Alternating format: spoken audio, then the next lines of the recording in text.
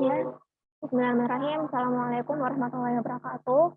Selamat pagi, selamat datang para peserta Green Workshop dengan tema Team Campaign for Green Sustainability.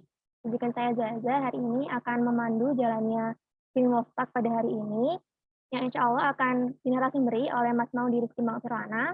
Beliau merupakan tim kreatif dari Greenwork dan expert dalam bidang desain dan marketing dan juga terkait dengan marketing communication. Sebelumnya, izinkan saya untuk membuka agenda pada pagi hari ini dengan bacaan basmalah bersama-sama. Bismillahirrahmanirrahim. Oke, langsung saja, tidak berlama-lama, untuk agenda selanjutnya adalah sesi materi yang akan disampaikan oleh Mas Maudi. Kepada Mas Maudi, layar dan tempat saya persilahkan. Assalamualaikum warahmatullahi wabarakatuh. Waalaikumsalam. Kita mungkin aja ya, santai aja karena cuma kita berempat di sini. Jadi silakan kalau ada yang mau nanti diskusi, mau ditanyakan, langsung aja untuk mbak-mbak sekalian. Oke.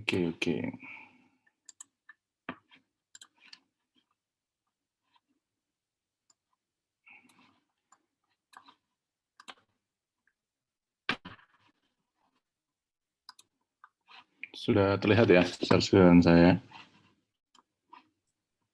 Udah, Mas Odi. Sudah terlihat? Udah. Oke. Coba saya present dulu.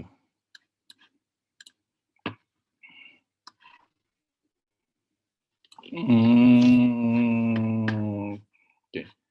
Jadi hari ini kita ambil contohnya, ambil materinya itu green content atau for green sustainability. Kenapa kita ngomong green content? Karena kita nggak mau kita bikin konten yang seperti ini. Oke, nah ini contoh-contoh konten yang clickbait seperti ini yang itu mungkin sering dipakai beberapa waktu yang lalu ya. Jadi judul-judul yang secara nggak langsung dipaksa orang untuk penasaran meskipun ternyata isinya nggak sesuai gitu. Nah, kenapa green? Kita juga mau bahwa konten-konten kita itu emang sustain, sesuai dengan brand kita, sesuai dengan lembaganya, yayasannya, dengan media sosialnya, supaya yang baca dengan isinya itu relate ya, seperti itu. Oke, next. Nah, dalam kita membuat digital marketing, sebenarnya ada 6 golden rule ya, rule dasar dalam penentuannya. Yang dimana di sini saya pribadi kita langsung coba untuk membedah green wakaf, dan mungkin juga kalau ada wasit juga di sini, oke. Kita bakal bahas supaya itu bisa langsung on practice ya. Jadi kita ngomong supaya outputnya itu gimana nanti dari green wakaf maupun wasit kalau ada itu bisa mengoptimalkan sosial medianya yang kita miliki, yang dimana sekarang itu fokusnya adalah di Instagram dan webnya ya. Gitu. Jadi secara sederhana,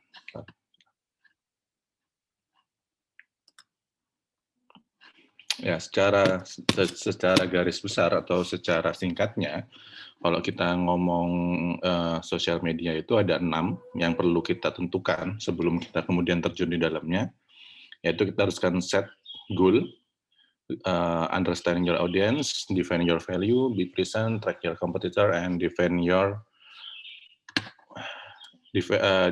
play. Gitu. Jadi pertama set your goal. Sebenarnya saat kita mau masuk ke media sosial itu tujuannya dari akun itu apa sih gitu. Misalnya kalau kita ngomong green wakaf atau kita ngomong wasit di sini, kita bikin media sosial itu tujuannya apa gitu kan.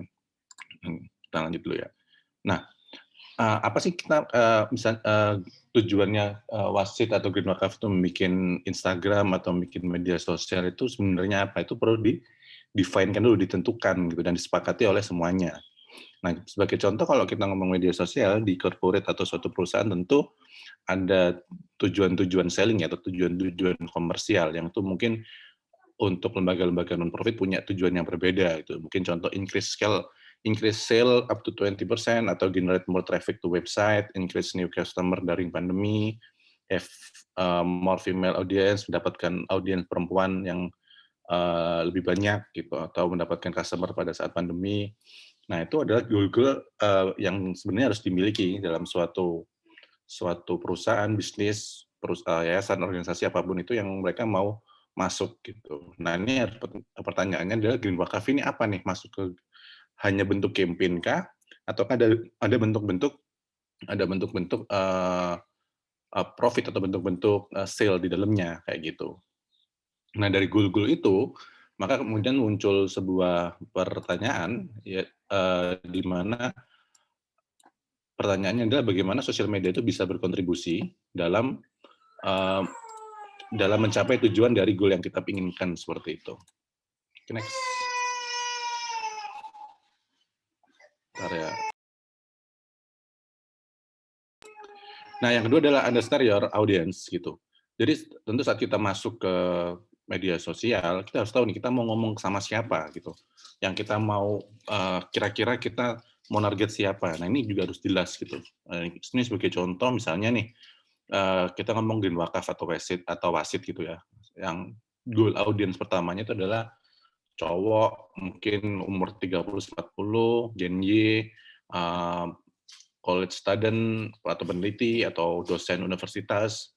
Target keduanya itu mungkin perempuan, umur 20-25, Gen Z, tertarik sama wakaf, muslim, dan sebagainya. Ini harus jelas, karena berbeda audiens akan berbeda juga dalam nanti penyampaiannya, dalam bahasanya, dalam gambar, dan sebagainya. Sebagai contoh, kita lihat contoh seperti ini ya. Nah, ini sebenarnya kalau kita lihat contoh ini ada 3 akun yang mereka sama-sama jual cookies, gitu. Tapi kalau kita lihat dari bentuk pemilihan warnanya, pemilihan bahasanya, pemilihan postingannya, ini kita tahu bahwa mereka memiliki target audiens yang berbeda gitu. Jadi di satu sisi orang tahu nih, orang tahu kalau mereka beli produk di sini itu seperti apa gitu, atau brand mereka tahu nih yang bakal beli mereka seperti apa. Kalau kita contoh yang sebelah kiri ya, kita lihat di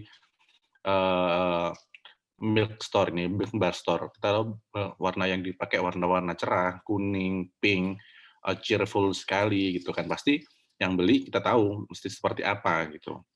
Sedangkan yang di tengah sama-sama jual cookies, tapi yang diambil warna-warna hitam, hardcore, dengan gambar-gambar yang cukup ekstrim, pasti kita juga tahu orang-orang seperti apa yang beli.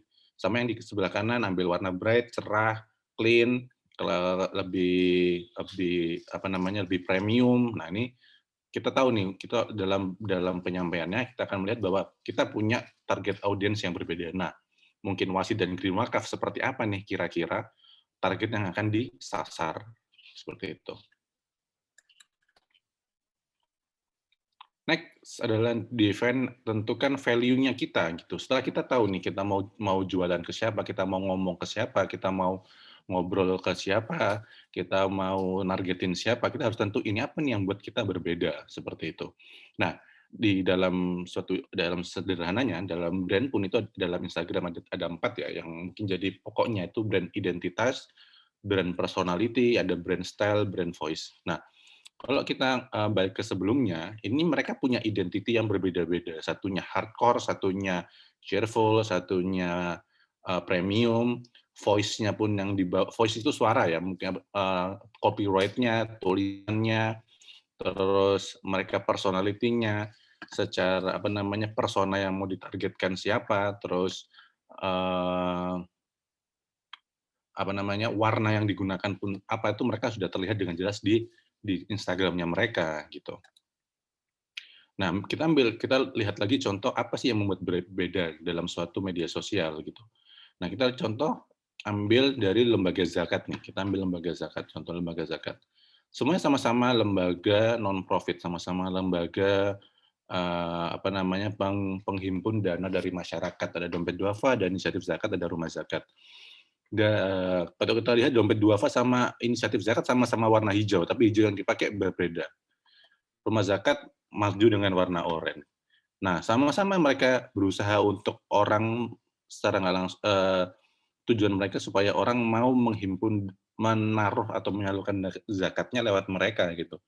Mereka juga secara tidak langsung mereka juga pasti bakal bersaing antar satu lembaga zakat dengan lembaga zakat yang lainnya, di mana tentu kalau dari teman-teman lembaga zakat, mereka mengatakan bahwa mereka berlomba-lomba dalam kebaikan seperti itu kan. Tapi mereka tetap harus punya pembeda nih dengan antar lembaga zakat supaya mereka punya voice yang berbeda, punya branding yang berbeda, punya personality yang berbeda supaya orang tahu nih ini punya siapa dan sebagainya.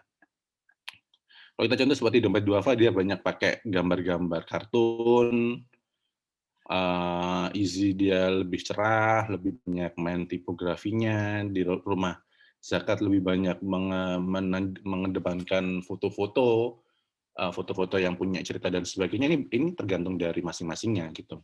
Kepada siapa mereka mau ngomong, siapa target audiensnya, dan mana yang itu mungkin work menurut mereka. Harus ada sesuatu yang membuat itu berbeda. Nah, wasit dan green wakaf apa nih? Apa yang mau ditonjolkan? Apa yang mau membuat green wakaf dan wasit ini menjadi punya tempat di media sosial dengan banyaknya gerakan-gerakan wakaf yang lainnya? Apa yang mau ditunjukkan? Apa yang mau kelihatan dari masyarakat? Seperti itu.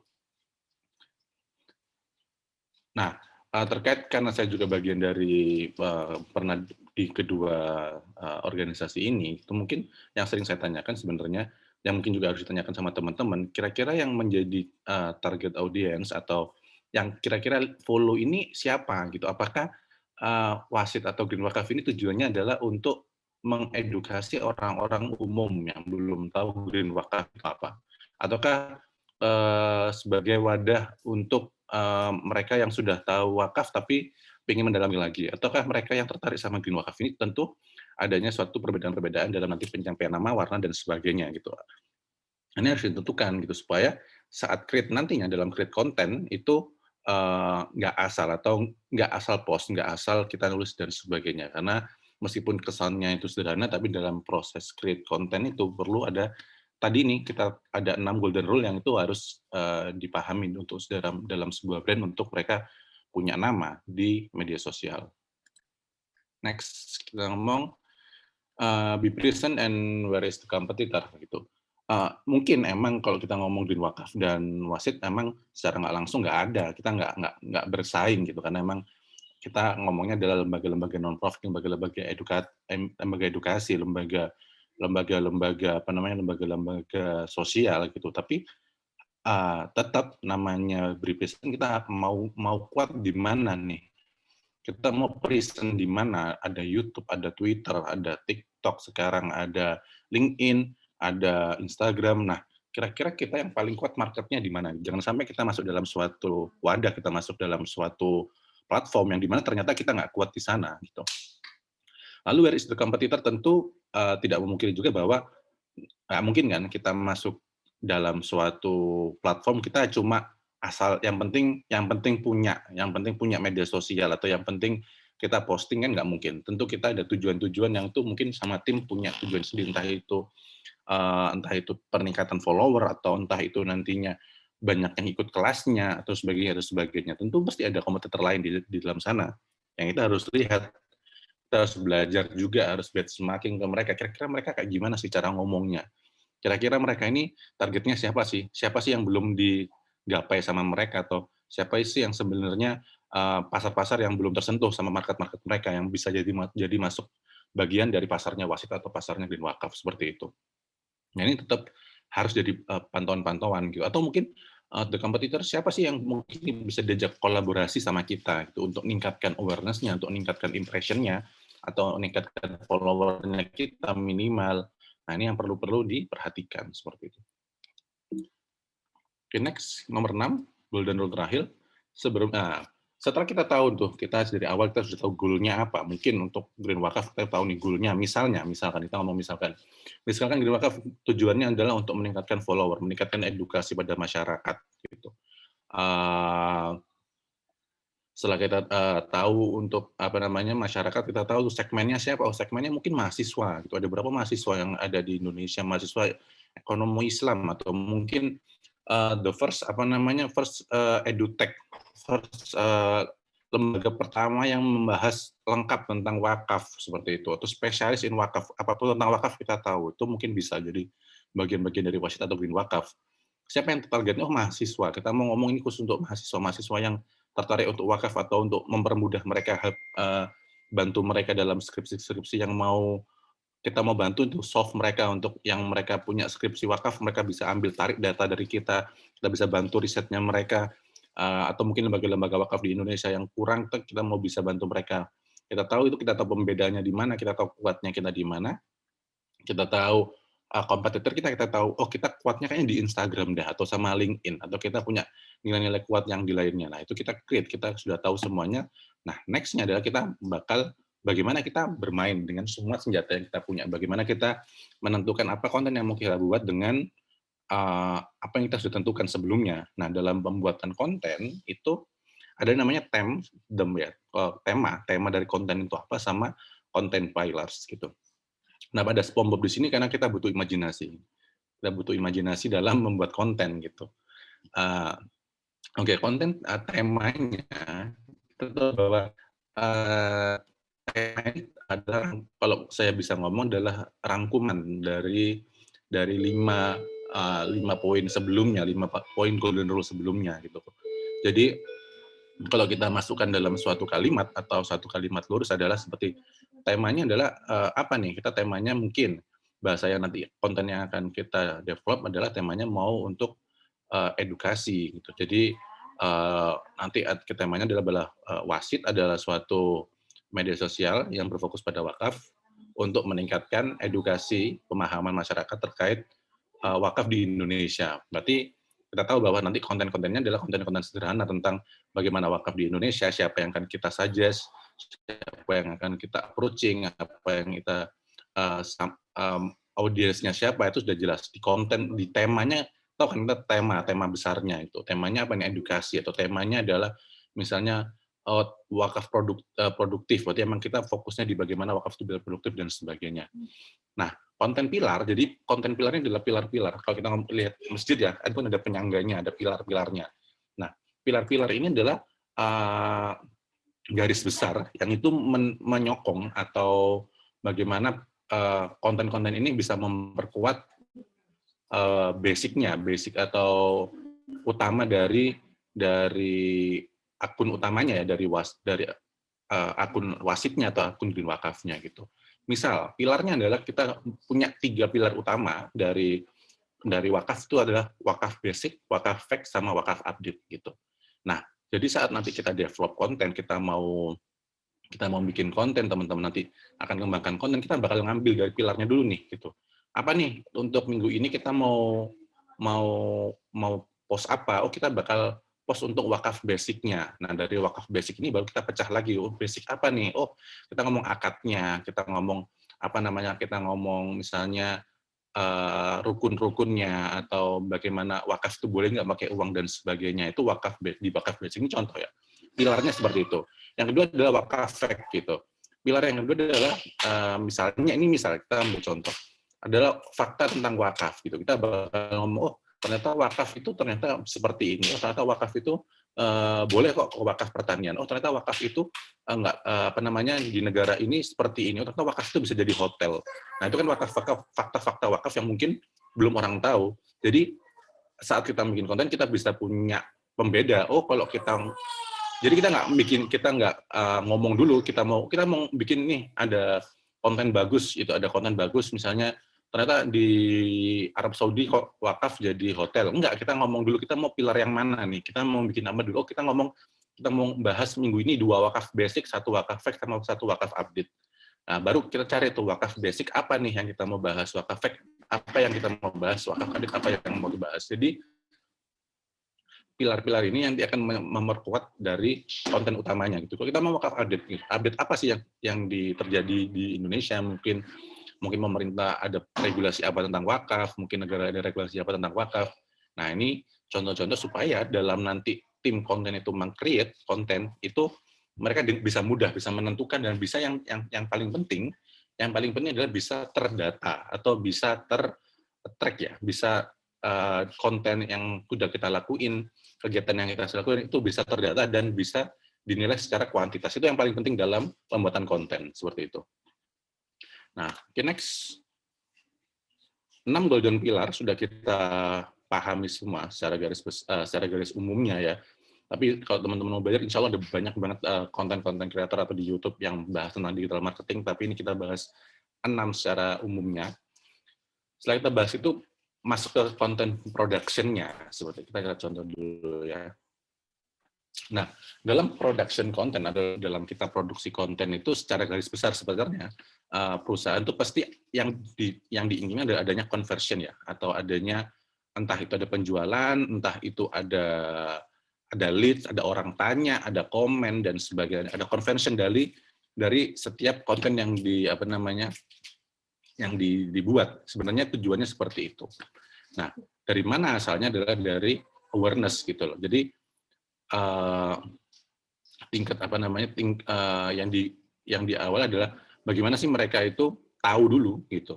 Setelah mereka tahu, mereka sadar, mereka ingat bahwa dari ini kan kita lihat di awareness ada first post-nya apa, terus kita ngomong bahwa kita launch produk, kita ada new, jadi kita umumin aja untuk post untuk apa. Oh, kita pingin nih, tujuannya kita bikin posting adalah kita pingin launching produk baru, atau kita pengen nunjukin brand ambassador yang baru, kita pengen update nih momen-momen kita.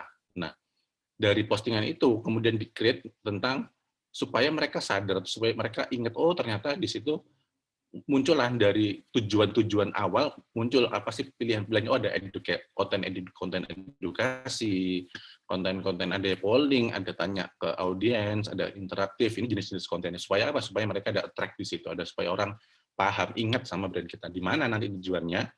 Saat mereka sudah paham, mereka sudah ingat, mereka bisa tuh mensuggestkan atau menyarankan brand kita, atau mereka bisa share konten-konten kita ke sosial medianya. Kurang lebih sederhananya seperti itu.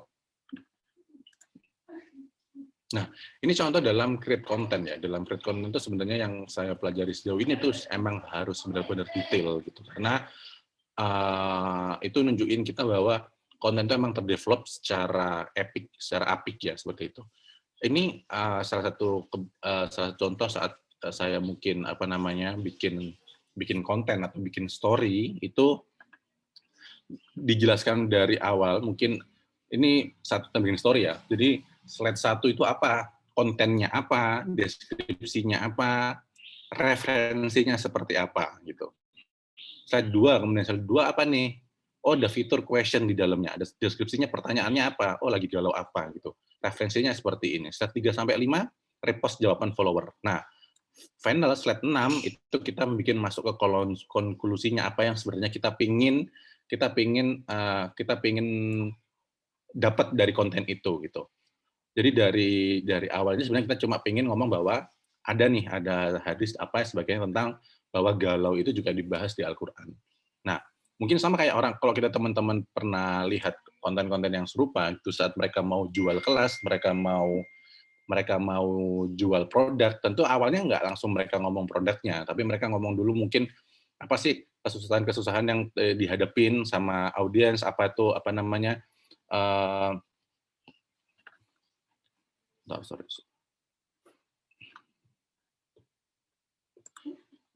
audiensnya apa yang mereka hadapin seperti apa, baru mereka terakhir bila emang mereka butuh, mereka bisa ikut kelasnya di dalam itu, seperti itu. Ini emangnya mungkin ini belum dilakuin ya di Green Wakaf ataupun di Wasit, karena yang seringkali di Green Wakaf yang didapatkan cuma satu workbook ya, dalam bentuk Word, yang emang itu nanti dipisah-pisah sendiri sama tim konten atau tim desainnya. Jadi emang sebenarnya dalam bikin konten memang harus seperti ini, karena kita biar tahu apa ya, per slide apa, per part apa yang mau kita develop dari sebuah konten yang kita lakuin, seperti itu.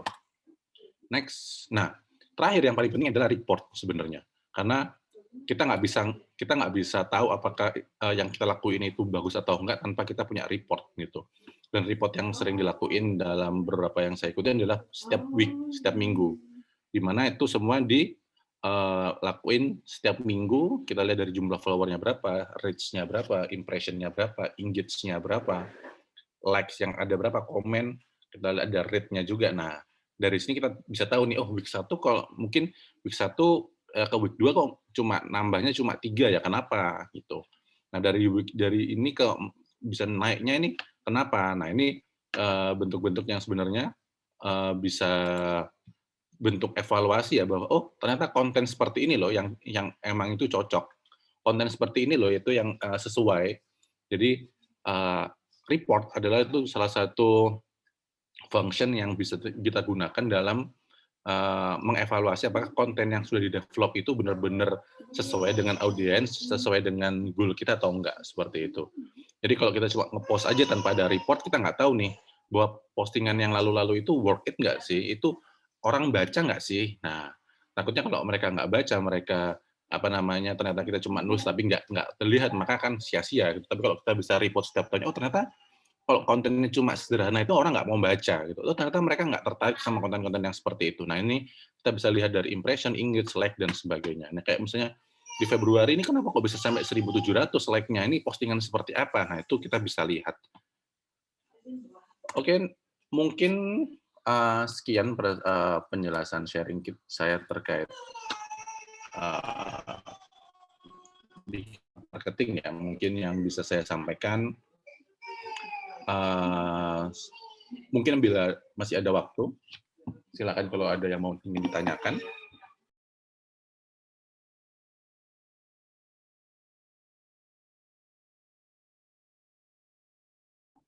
Ya, terima kasih Mas Odi atas penyampaiannya. Ini saya bantu sedikit untuk merangkum yang tadi sudah disampaikan untuk teman-teman juga mungkin yang baru join. Tadi yang sempat dibahas itu, yang pertama ada 6 golden rule yang perlu diperhatikan dalam posting di sosial media.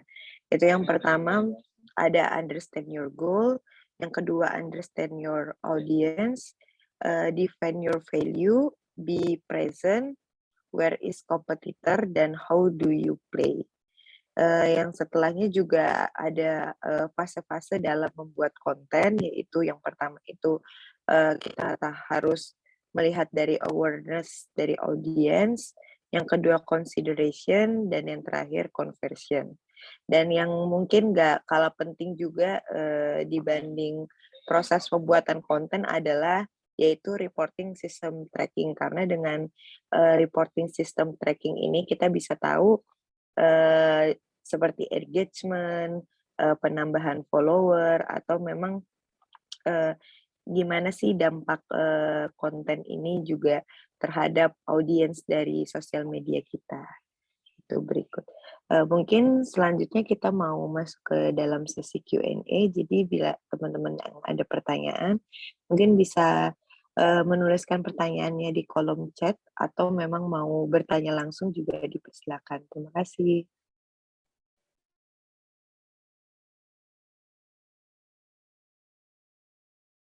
Sambil menunggu teman-teman yang ingin bertanya, mungkin saya juga ada pertanyaan ke Mas Odi. Mungkin kalau dari saya ini mungkin spesifik ke kasusnya Green Wakaf ya Mas. Untuk Green Wakaf sendiri kan yang kita tahu memang saat ini fokusnya itu mungkin dari postingan sosmed itu tentang edukasi terkait Tanamu. Jadi memang banyak postingan kita ini memang sekitar Tanamu itu sendiri. Tapi Mas, kalau memang misalnya suatu postingan atau memang secara secara isi memang mungkin berbeda nih Mas, antara postingan satu yang lain, tapi mungkin secara topik besarnya itu masih sama. Itu kira-kira apakah ada titik kebosanan dari sisi audiens gitu Mas, jadi bisa menurunkan engagement itu sendiri gitu. Terima kasih Mas Odi. Ya, oke.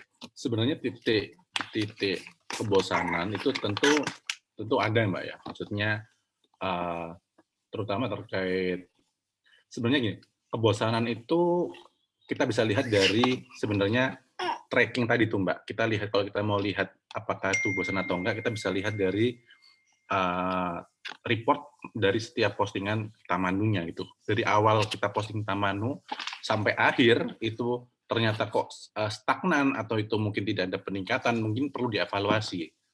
Entah itu apa mungkin dari grafisnya yang salah atau mungkin dari bahasanya yang salah atau mungkin dari terlalu rutin membahas tentang Tamanu. Ini bisa kayak gitu, atau mungkin Tamanu nggak ada masalah kalau diposting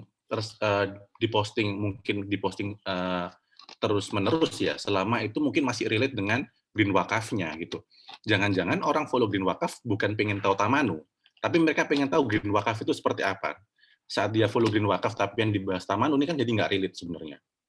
Nah, beda kalau konten itu bisa diluruskan atau dikasih bridging ya, istilahnya di-bridgingkan atau dikaitkan bahwa oh ternyata Tamanu ini punya potensi terhadap Green Wakaf. Itu mungkin masih bisa diusahakan seperti itu. Nah, maka dari itu, kenapa di awal itu kita perlu tahu set goal-nya, karena terkait nanti itu dalam develop kontennya.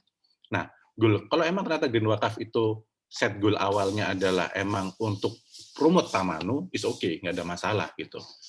Tapi kalau ternyata Green Wakaf itu lebih besar dari Tamanu yang ingin disampaikan, maka itu akan jadi masalah Tamanu ini. Karena saat orang buka itu, maka dia akan Tamanu lagi gitu. Sedangkan yang mereka butuhkan ternyata mungkin bukan itu. Kalau kita yang butuhkan, kita butuh reach lebih tinggi, kita butuh follower lebih tinggi, tentu kita perlu bahasa-bahasa yang lebih dibutuhkan atau konten-konten yang dalam tanda kutip orang butuh nih terkait Green Wakaf itu seperti apa, kayak gitu. Terima kasih Mas Odi. Mungkin follow up question gini, nambahin juga sedikit ya Mas. Kalau misalnya mungkin ada tips and trick juga nggak Mas untuk misalnya seperti yang tadi Mas Odi bilang, kalau memang goal-nya di situ, walaupun memang itu akan menurunkan dari sisi engagement audience, kita tetap jalan aja. Tapi ada nggak tips and trick-nya ibaratnya untuk tema posting yang berulang gitu? Mungkin yang bisa membantu dari sisi audiens juga mungkin tidak turun atau tidak bosan sama mungkin apa yang kita posting gitu sih Mas.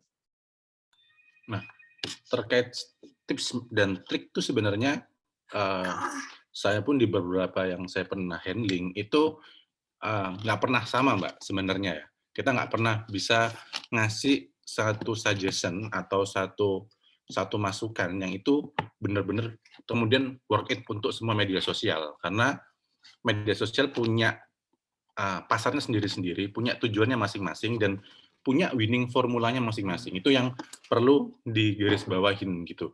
Jadi apa yang mungkin saya lakuin pada beberapa perusahaan yang sebelumnya atau beberapa sosial media yang saya lakuin sebelumnya, belum tentu itu menjadi akan work it bila itu dilakuin di Green Wakaf gitu. Kalau di sebelumnya saya di F&B dan sebagainya yang saya posting setiap hari tentu produknya, dan itu emang jadi utamanya. Saya bakal lakuin repetition setiap hari. Saya pernah di cafe shop mungkin, atau di beberapa perusahaan F&B, di perusahaan agro, karena fokus mereka adalah jualan produk. Tentu yang saya posting setiap hari produknya dengan berbagai cara. Dengan berbagai cara, dengan berbagai cerita, yang dimana ujung-ujungnya produk itu lagi, seperti itu. Contoh, saya pernah mungkin di pupuk Kaltim, gitu, di pupuk Kaltim, yang dijual pupuk urea, dia jual pupuk urea gitu. Nah, tentu orang bakal bosan kalau setiap hari postingannya pupuk urea. Tapi larinya kemana supaya nggak bosan? Mungkin kami ceritain, kalau setiap hari orang lihat, setiap hari yang diposting tuh gambarnya pupuk urea, terus mesti mereka bosan. Larinya dari mana? Larinya dari tips and trick, cara menanam jagung, misalnya. Oh, menanam jagung itu ternyata butuh di lahan seperti ini, butuh air seperti ini, dan butuh pupuk urea seperti apa. Nah, butuh pupuk urea, pupuk Kaltim. Next-nya pupuk Kaltim lagi, misalnya. Terus misalnya pahami perbedaan pupuk, misalnya. Oh, ada pupuk A, ada pupuk B, pupuk C. Nah, pupuk Kaltim masuk apa? Oh, pupuk Kaltim masuk pupuk B. Kalau butuh tanaman seperti ini, pupuk Kaltim lagi. Tetap pupuk Kaltim ujung-ujungnya, tapi awalnya kita cerita berbeda.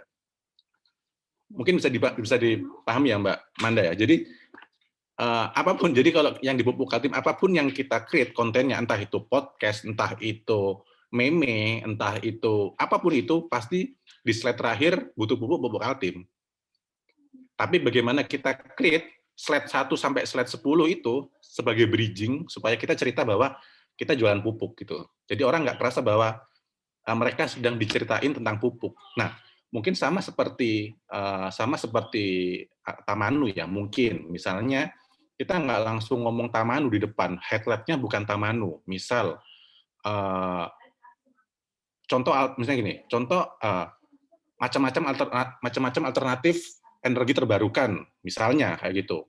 Kita nomor satu biotekno tanaman jagung bisa, kedelai bisa. Nomor 3 Tamanu, ujung-ujungnya Tamanu lagi tetap. Kita mau ngomong kampanye Tamanu. Misal terakhir macam-macam madu yang memiliki khasiat. Oh, ada madu rambutan, madu terakhir madu Tamanu. Kita ngomong, wah Tamanu hebat bisa bikin madu. Ujung-ujungnya Tamanu lagi, Mbak. Ujung-ujungnya Tamanu lagi. Kita mau ngomong lagi misalnya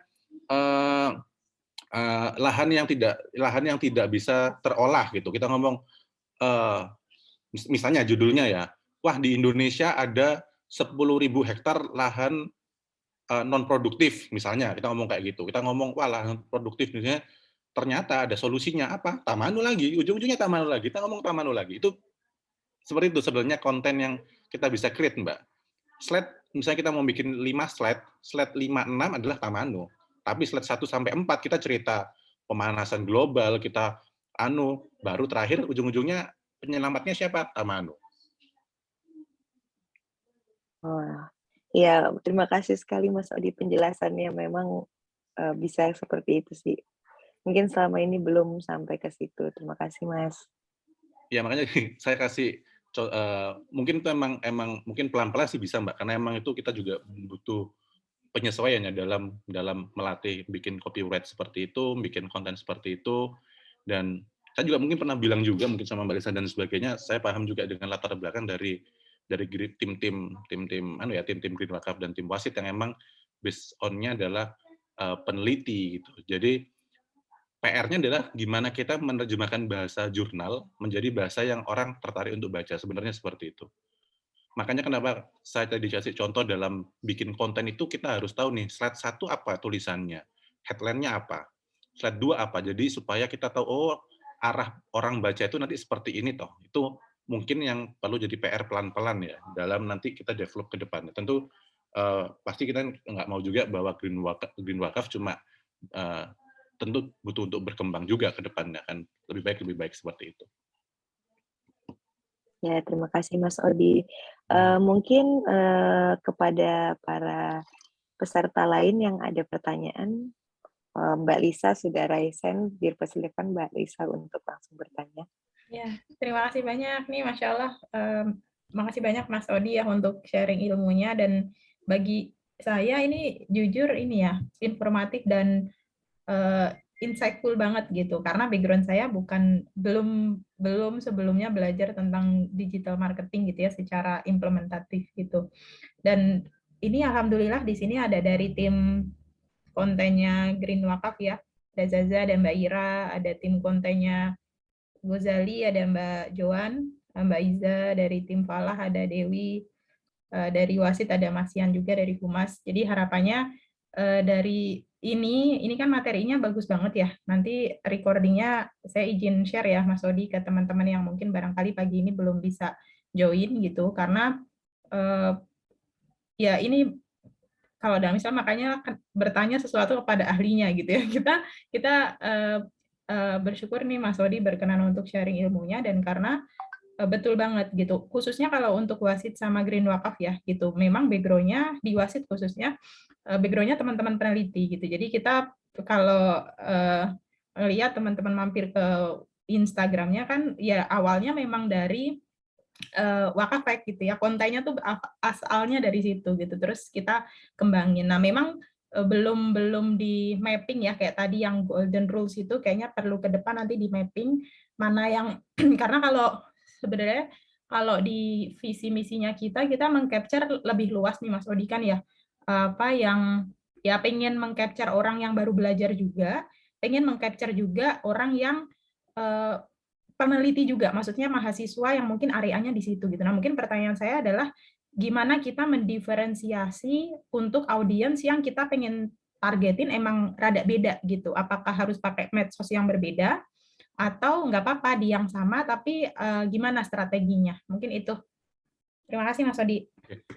Ah, dengan dua audiens seperti itu yang mungkin masih beririsan ya Mbak. Makanya tadi dalam kita bikin konten ada namanya konten pilar ya.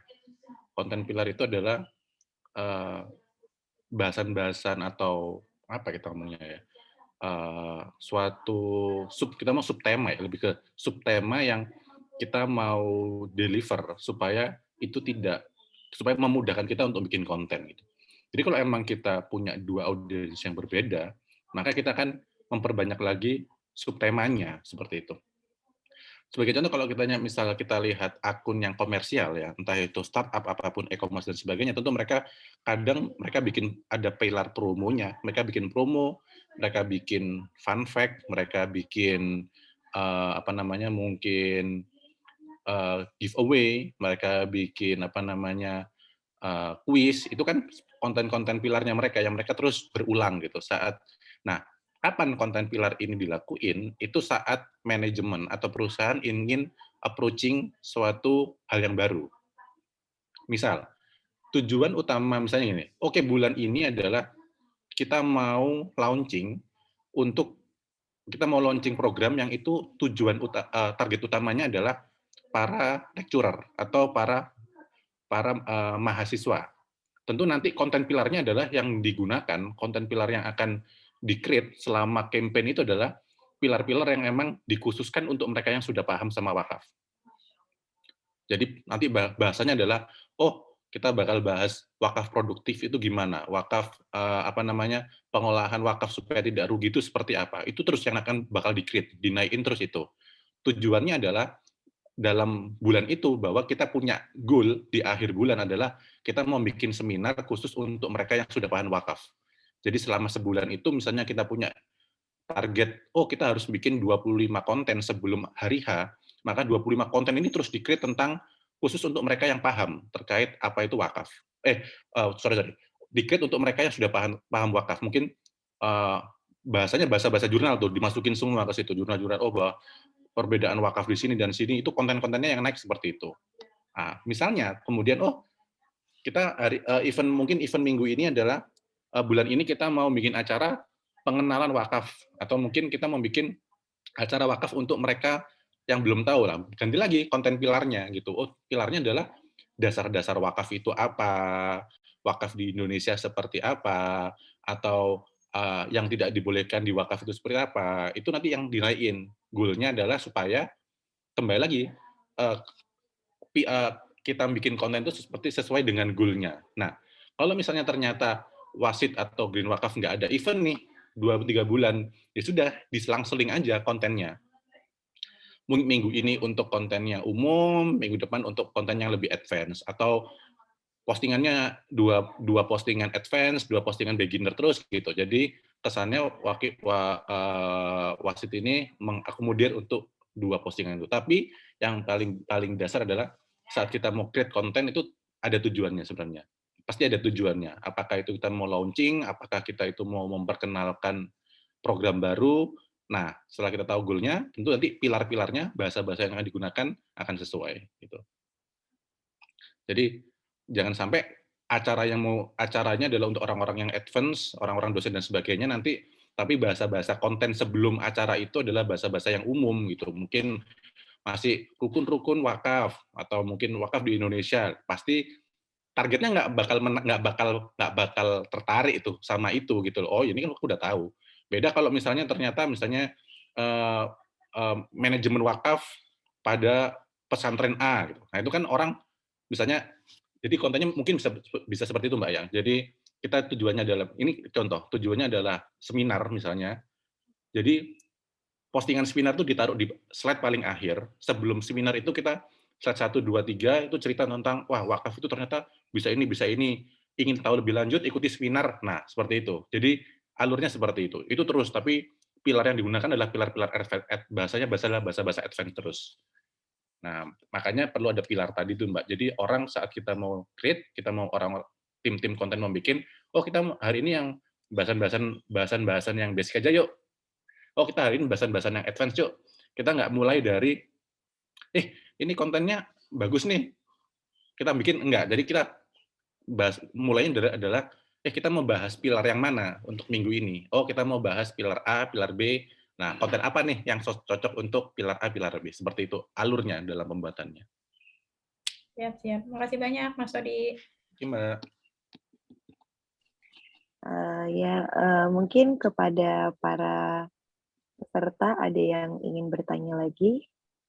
Kalau memang belum bisa open mic, bisa tulis di kolom chat. Insya Allah nanti kita bantu baca.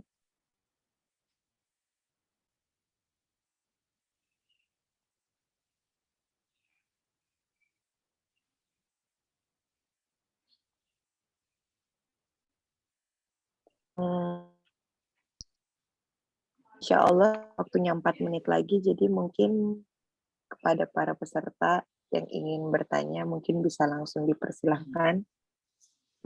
Kalau memang sudah tidak ada pertanyaan,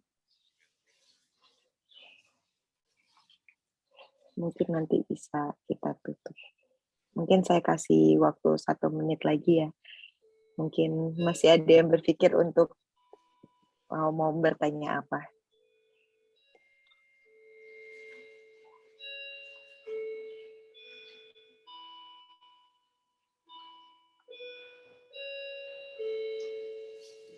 Mungkin kalau emang nanti di luar ini butuh, atau tetap ada mungkin butuh sharing atau apa, nanti bisa langsung aja kok Mbak Manda.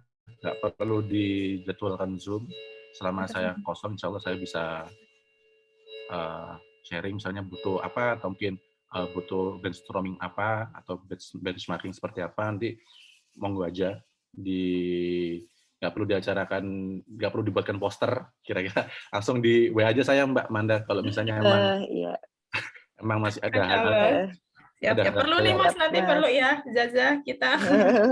Perlu. Ada hal-hal yang mesti mungkin nanti next-nya mungkin bisa lebih intens, mungkin dengan tim konten juga kita brainstorming bareng-bareng terkait masalah ini.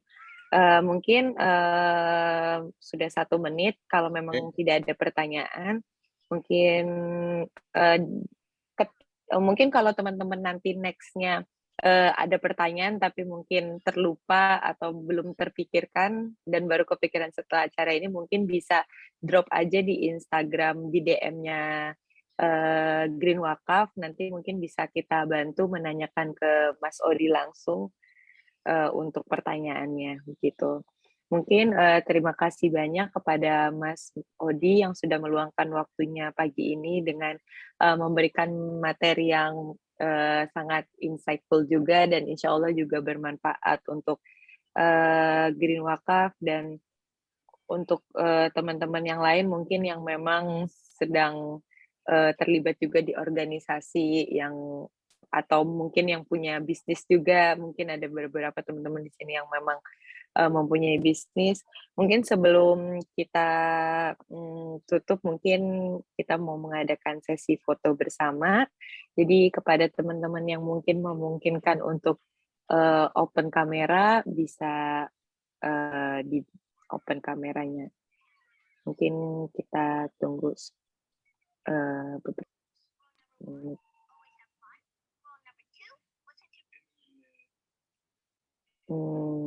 Kalau memang tidak ada, saya kasih aba-aba ya. 1, 2, 3. Nah, satu lagi. 1, 2, 3. Oke. Sekali lagi terima kasih banyak kepada Mas Odi, dan terima kasih juga kepada peserta pagi ini yang sudah meluangkan waktunya. Insya Allah semoga ilmunya bermanfaat kepada kita semua, dan semoga ilmunya juga menjadi amal bagi Mas Odi sebagai narasumber kita pagi ini. Untuk menutup rangkaian acara hari ini, marilah kita membacakan doa kafaratul majelis. Alhamdulillahirabbil alamin. Wassalamualaikum warahmatullahi wabarakatuh. Waalaikumsalam warahmatullahi wabarakatuh. Makasih banyak Mas Odi, Manda, teman-teman semuanya. Ya, terima kasih Mbak Lisa.